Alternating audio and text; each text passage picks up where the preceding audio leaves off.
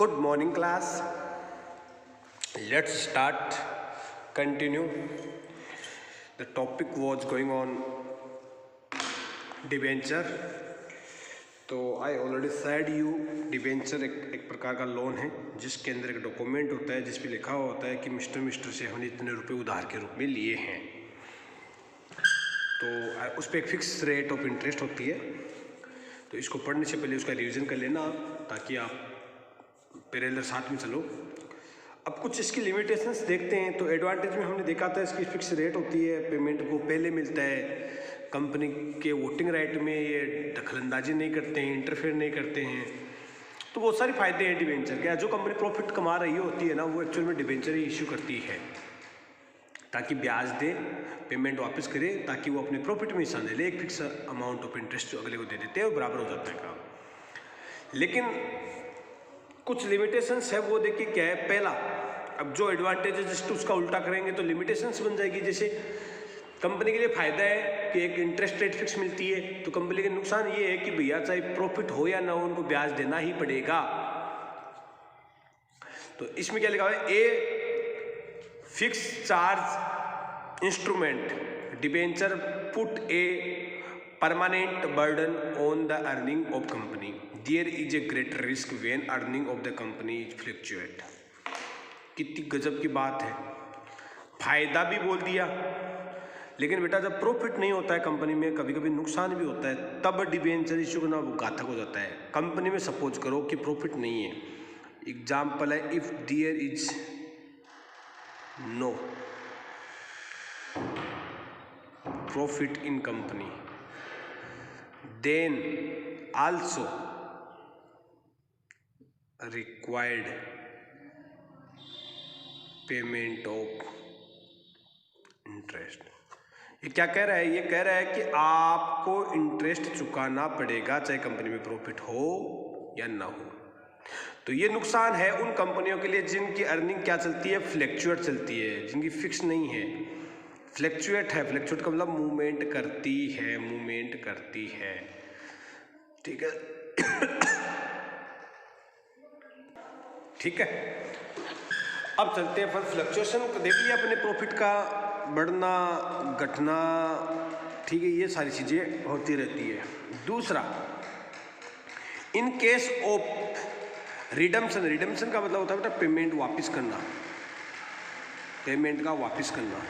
Debenture, the company has to make provisions for repayment on the specified date even during period of the financial difficulty. ये कह रहा है company के पास पैसा नहीं होने पे, अगर खजाना खाली है तो भी टाइम, जैसे सपोज करो 5 ईयर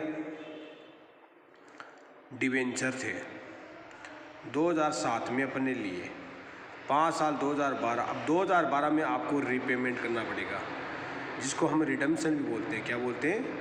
रिडीमेबल भी बोलते हैं. अगर रिडीमेबल करना है तो उस टाइम आपको जितने भी लाखों के डिबेंचर आपने इशू किए थे बहुत दिन पहले, वो आपको भैया वापस देना पड़ेगा. वो पैसा देना ही पड़ेगा उनको वापस. आप उसके अंदर कोई कुछ नहीं कर सकते. तो ये अगर फाइनेंशियल डिफिकल्टी चल रही तो इसका मतलब फिर आपको और कहीं से लोन लेना पड़ेगा और देना पड़ेगा. ऑन लोन आपको मिल नहीं सकता, इसलिए नहीं मिल सकता, पहले आप घाटे में चल रहे हो. तो इस प्रकार की आपकी समस्या आ सकती है. ये दूसरी समस्या, लिमिटेशंस ऑफ डिबेंचर. तीसरा, each company has certain borrowing capacity with the issue of debenture. The capacity of a company to further borrow fund reduce. It's company has certain borrow. ये कह रहा है कि प्रत्येक कंपनी की एक क्षमता होती है बेटा उधार लेने की. ये तो आपको भी पता है. एक हर आदमी की एक लिमिट होती है, बैंक उसको उससे ज़्यादा लोन नहीं देती क्योंकि उसकी अर्निंग के हिसाब से देखना पड़ता है. Capacity with the issue of debenture, the capacity of a company to further borrow fund reduce. अब आपने अगर डिबेंचर इशू कर दिए हैं, डिबेंचर इशू कर दिए हैं, तो आपकी जो अब लिमिटेशन है वो कम हो गई है. आप अब आगे अगर आपको पैसा चाहिए तो बेटा आपको लोन ज़्यादा नहीं मिल सकता है, क्योंकि वो भी एक कैपेसिटी से ज़्यादा नहीं मिल सकता. कॉमर्शियल बैंक्स, नई हेडिंग, टुडे विल स्टार्ट.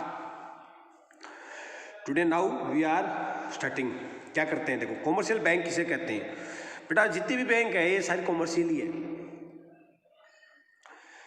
ये पैसा कमाती है, अपन को देती है, लेते हैं, उधार देते हैं, डिपॉजिट जमा कराते हैं। Commercial bank occupy a vital position as a provide fund for different purpose as well as for different time period. ये कह रहा है कि कॉमर्शियल बैंक वो है जो बहुत टाइप के बिजनेस को, उनके बहुत सारे लोगों के पर्पज को पूरा करती है, फंड को प्रोवाइड करती है for different purpose as well as for different time period, अलग अलग समय के लिए, short term, medium term, long term.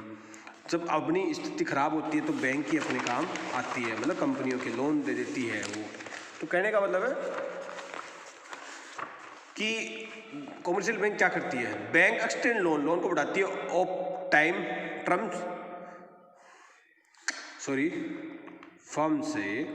Bank extend loan to firms, जो ऑर्गेनाइजेशन उनका लोन बढ़ा देती है, of all size and it may way like cash credit, cash उधार देना, ओवरड्राफ्ट बैंक से ज़्यादा पैसा निकालना, टर्म लोन के रूप में देना, परचेज डिस्काउंट देना, बिल डिस्काउंट देना, and issue of letter of credit, मतलब BR वगैरह, कॉमर्शियल पेपर वगैरह, क्रेडिट नोट है, केस क्रेडिट है, बैंक ओवरड्राफ्ट, ये शॉर्ट टर्म टाइप के लोन है जिनकी अपन को बैंक फैसिलिटी देती रहती है। ये कॉमर्शियल बैंक की सारा काम करती है। The rate of interest charge by the banks depend on the various factor such as the characteristics of the firm and the level of the interest rate in the economy. The loan is repaid either in the lump sum or in the installment. अगर आप loan चाहो तो एक साथ चुका सकते हो और अपनी इंस्टॉलमेंट। देखो क्या है द रेट ऑफ इंटरेस्ट, भाई आपको उधार देगी तो बैंक फुकट में देगी नहीं, आपको क्या चार्ज करेगी, इंटरेस्ट चार्ज बाय बैंक के द्वारा। डिपेंड करता है वो ऑन वेरियस फैक्टर, बहुत सारे फैक्टरों पर डिपेंड करता है कि क्या रेट रखेंगे, सच एज जैसे the characteristics of the firm, आपकी विशेषता, फर्म किस प्रकार की, सीजनली है, डेली चलने वाली है, and the level of interest rate in the economy, rate क्या होगी वो अपनी इकोनॉमी पे डिपेंड करती है। The loan is repaid either in lump sum or in the instalment. The loan is repaid, चुकाया जाता है, either in lump sum or in instalment, या तो आप एक साथ चुका दोगे या इंस्टॉलमेंट में चुका सकते हैं, कोई इशू नहीं है। उसके बाद चलते हैं अपन, bank credit is not a permanent source of fund. Bank credit बेटा परमानेंट सोर्स नहीं है, बैंक क्रेडिट दो bank has started extend loan. अब ये छोटे छोटे लोन है, ये परमानेंट नहीं है, तो बैंक ने क्या किया, इसने कहा कि बैंक क्रेडिट है तो बैंक से अपन उधार लेते हैं जो शॉर्ट टर्म वाली, ये कोई परमानेंट सोल्यूशन नहीं है। तो दो इसलिए बैंक है वो started extending loan for longer period, लंबे समय के लिए। Generally such loan are use for medium to short term period, तो short term period medium period, तो हम इन्होंने क्या किया, लोन फॉर लॉन्ग पीरियड के लिए देने लगे जो शॉर्ट टर्म और मीडियम टर्म की तुलना में। The borrower is required to provide some security और create a charge on the assets. वो क्या करते हैं, कुछ ना कुछ गिरवी रख देते हैं बैंक के पास। भाई बड़ा लोन लेने के लिए आपको अपना पट्टा, जमीन के कागज, बैंक के कागज या कुछ असेट्स, मशीन वगैरह आपको फर्म के पास आपको रखनी पड़ेगी, बैंक के पास। चार्ज ऑन द असेट्स आ गया ना, charge on the assets of the firm before loan is sanction by the commercial bank. अपना लोन सैंक्शन करने से पहले कुछ ना कुछ चार्ज करा लेती है। तो एक बार इसको मैं दोबारा पढ़ रहा हूँ, धीरे से समझना। Bank credit is not a permanent source of fund. ये कह रहा है कि बैंक क्रेडिट परमानेंट सोर्स नहीं है क्योंकि ये छोटा ग्रुप है। दो इसलिए बैंक हैव स्टार्टेड, बैंक ने स्टार्ट किया extending loan for long period. उन्होंने क्या किया, लॉन्ग टर्म लोन देना स्टार्ट कर दिया कि भाई छोटे छोटे लोन से जिन लोगों का काम नहीं चल रहा है वो लॉन्ग टर्म का मतलब अबव 5 ईयर प्लान वाले लोन वो अपन ने मिलने लगे। तो generally such loan are use for medium to short term period. ज़्यादातर ये लोन शॉर्ट टर्म और मीडियम टर्म के लिए होते हैं, बट अब लॉन्ग टर्म हो गया। द बोरोवर, जिन्होंने उधार लिया है उधार देने वाला बोरोवर उधार लेने वाला, इज रिक्वायर्ड टू प्रोवाइड, उसको ज़रूरत है देने के लिए सम सिक्योरिटी, या तो कुछ सिक्योरिटी रखे, पट्टा वगैरह मैंने बता दिया आपको, और create a charge on assets, या फिर एक नोट बना के दे जिसके अंदर लिखा हुआ होगा कि आपके जितने भी असेट्स वगैरह स्टॉक वगैरह है उस पर बैंक का चार्ज रहेगा, बैंक उस पर अधिकार रखेगा। तो firm before loan is sanction, loan sanction से पहले बाय कॉमर्शियल बैंक के लोन करने से पहले वो क्या करेगी, बोरोवर से इस चीज़ की चीज़ें ले लेगी। अब चलते हैं पर मेरिट्स। कॉमर्शियल बैंक के मेरिट्स क्या है, तो 2 मेरिट्स मैंने लिख के दिए थे आपको, कल देखना।